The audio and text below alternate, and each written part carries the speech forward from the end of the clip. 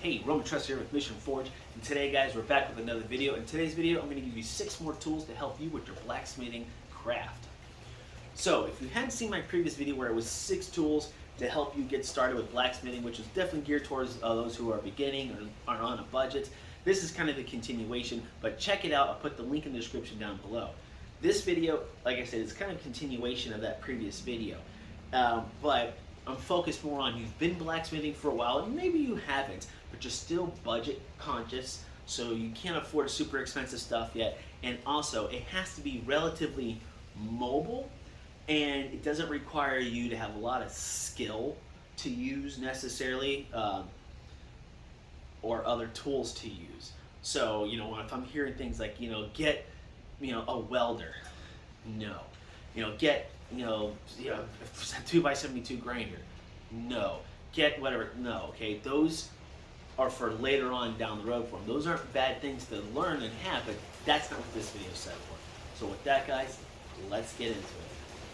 So tool number 1 is going to be files. So you're going to be using a lot of files as a blacksmith. I mean, I have little hobbyist files, which I really recommend you pick up. You're going to be using doing a lot of small, fine detail work. You're going to be using bigger files like this, like a double cut bastard file, or a single cut bastard file. Another double cut bastard file, round files, one with multiple things on there. There's triangle files, square files, and you name it. Actually, files for threads on nuts and bolts. So you're going to use a file for a lot of things, other than just cutting in the bevels on a knife or putting an edge on a knife. You're going to use it to make small adjustments. Like for example, if you're making tongs, you're going to find a little piece might stick up. You can just hit it with the file and get rid of it. In fact, with the forge making video, in one of the videos you can see where I'm working on the forge, there's a file off to the side because I was just using the file to take off some sharp edges instead of getting my grinder out and stuff. And that wasn't even used, you can see that it's not even being used for knives. You're going to use a file for a lot of things, from ornamental work to knife work. So I can't recommend enough getting files. Now, the cost of a file varies on the manufacturer where you go. Harbor Freight files, you can get a whole kit for about 25 bucks or so. You can get some pretty darn good quality files, like a Nicholson file, which I recommend everybody at least gets one good quality file for about $10–15. So they're not outrageously expensive. Anybody on a budget can go ahead and get a file. And I really recommend, if you're just starting out, get yourself a double cut bastard file and a round file. Those are probably the 2 I use the most. So with that, guys, tool number 1, files. Tool number 2, it's not really a tool, but I think it's almost just as important any tool in the blacksmith shop, and that is going to be a face shield. So now normally I don't preach about safety equipment, personal protective equipment, PPE, because I treat you all like adults and you assume the risks and responsibilities when it comes to blacksmithing or forging or knife making or anything. So I don't want to be the guy to preach safety, safety, safety. That's not me. You're a grown adult, or at least supervised by grown adults, so you know what you're doing. But one thing I cannot recommend enough is a face shield. Now, I use a face shield for a lot of things, and the reason being is that I have gotten metal in my eye before, and I've had to get it ground out, and I was wearing eye protection. Now, the reason that the metal got my eye is because it landed like on my eyebrow, and then when I took the glasses off and then wiped my face or something, it fell into my eye. Not a pleasant experience. I don't recommend it. Now, I've had other things get in my eyes while wearing glasses, like chips of wood and stuff like that, but you're never really going to have that problem with a face shield. And I say it won't happen, but very rarely. Now, if all you have is safety glasses for the moment, that's fine. Use those. It's better than nothing. But the reason I recommend this is because you're going to have this foam padding on top here, which presses against your forehead, which doesn't prevent anything from landing in, like on your eyebrows or on your face. It wraps around, so it protects you at least a little bit from the sides in because of how long it is. If you look down, it's going to be pressing up or close against your chest here, and it's going to prevent anything from bouncing up. So this really protects your face a lot. And besides, you don't want to get hit in your face with sparks anyways. It doesn't feel good and stuff like that. So use that. So I think this is probably one of the most essential things that you can have in a blacksmith shop. It's not going to help you necessarily improve your blacksmithing skills like some of these other tools may, but this will at least keep you in the fight so you can continue blacksmithing later on down the road. So, tool number 2, get a face shield. Price for one of these, about $10. So, not too bad. Tool number 3, right? That's going to help you with your blacksmithing crafting thing. And that's going to be a rotary tool. Now this one here is a Dremel, all right? And these are not very expensive. This one here I think was $60 at Home Depot. So Dremels and rotary tools in general are not very expensive, but you got various types. You got these ones here, it's electric. You got battery powered ones. You got air powered ones. Get yourself a rotary tool. Now I don't use a rotary tool all that often to really, but I use it often enough. And generally I use it when I'm doing small, intricate work. Like if I'm going to be cleaning up, say if I make a, like the example was my ring hilt, my Celtic ring knife. To clean up the inside of that ring, I use a rotary tool. To clean up finger swells, I use a rotary tool. To help grind out some of the stuff inside guards, I use a rotary tool. To actually clean up some of the stuff on my tongs, like where the boss is, which is where the pin goes through, I use a rotary tool. I use rotary tools all the time. They have cutting wheels. I use rotary tools for polishing, especially small brass things like pommels and stuff where I can't usually put on a grinder. So a rotary tool does great work like that, and it's good for small, fine detail work. And as you improve becoming a blacksmith, you're going to need to start focusing on detail work, and this will kind of get you to the next level. So while it's not something I use daily or regularly, like say some of these other items here, I do use it still frequently enough that it warrants me to put it on this list. So get yourself a rotary tool. Tool number 4, or more like tools number 4, that's going to be a wire brush or a butcher's block. Now both have their places and both do something similar, but they're different. So real quick, let me kind of tell you the difference. A wire brush is made up of a bunch of wires, and it's butcher block, or sometimes just called a forge block, or whatever you want to call it.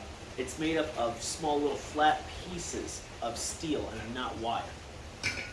So they both do similar things, but they are a little different. Now I started out with a wire brush first. Now a wire brush is great for cleaning things, removing rust off of stuff, for obviously cleaning up work, and it can remove scale off of a piece you are currently forging. All right, it does that, and it does it well enough. And they're fairly inexpensive, about $1 to $2 at Harbor Freight, just a few bucks over at like Home Depot or Lowe's. They're very inexpensive, but you're definitely going to be using one. Now the other option would be what I call a butcher block here. Now these here are definitely more designed for removing scale off of a piece you are currently forging. It's a lot better at it because it's more springy.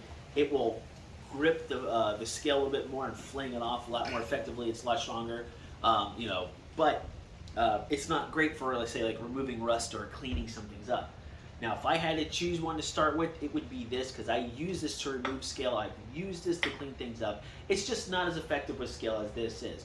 But this is also not that expensive. You're looking at, depending where you go, between 10 to 40 bucks. I think this one here cost me $15 or something at the time. So again, not very expensive.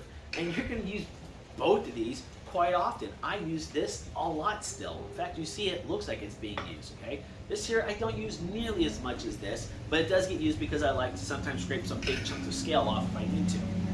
So if you're just starting out and you want your work to look a little bit nicer, and you want to have a more professional appearance when everything's all said and done, forging and smooths things out, removes rust in scale, get yourself a butcher's block or a wire brush.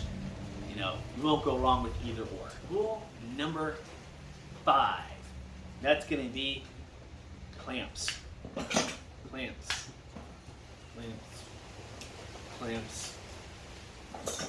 Just clamps. We use a whole bunch of clamps, and I got more over there even. So why clamps? So you obviously want to have something that can hold your tool or whatever it is you're working on, your piece that you're working Right? Having the ability to use both hands to work is extremely important. So a clamp will obviously hold things together. So let's say you are working on, building something, say a work table, a workbench, you're starting to try to forge weld or something like that. You're going to need clamps to do a lot of that. Before you weld things together and stuff like that, because I use these all the time to weld pieces together. You want a clamp to hold your knife or whatever onto a workbench or a piece of wood or something like that, so you can hand sand it. You're gonna need clamps. All right, I use clamps a lot, and they are cheap. I mean, I think these clamps are $2 at Home Depot. I mean, this is something just like $5, right? Then you got the little trigger clamps, which I have over there. That's what this one was. It's a small little trigger clamp thing. It's messed up, But you are going to need clamps, all right? So do yourself a favor, buy yourself a handful of clamps. You're going to need them, especially if you're doing any kind of grinding with an angle grinder, if you're doing any kind of file work, like you're going to use 2 hands to file it.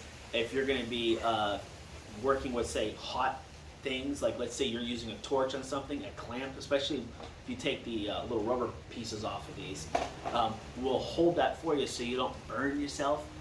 Really get yourself a few clamps. Like, you'll thank yourself later for having a bunch of them. So, tool number 5 is going to be clamps.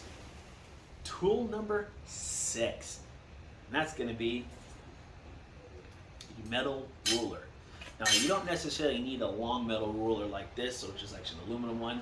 You can get yourself a 12-inch metal ruler, 16-inch metal ruler. I think they even sell them as a 10-inch metal ruler.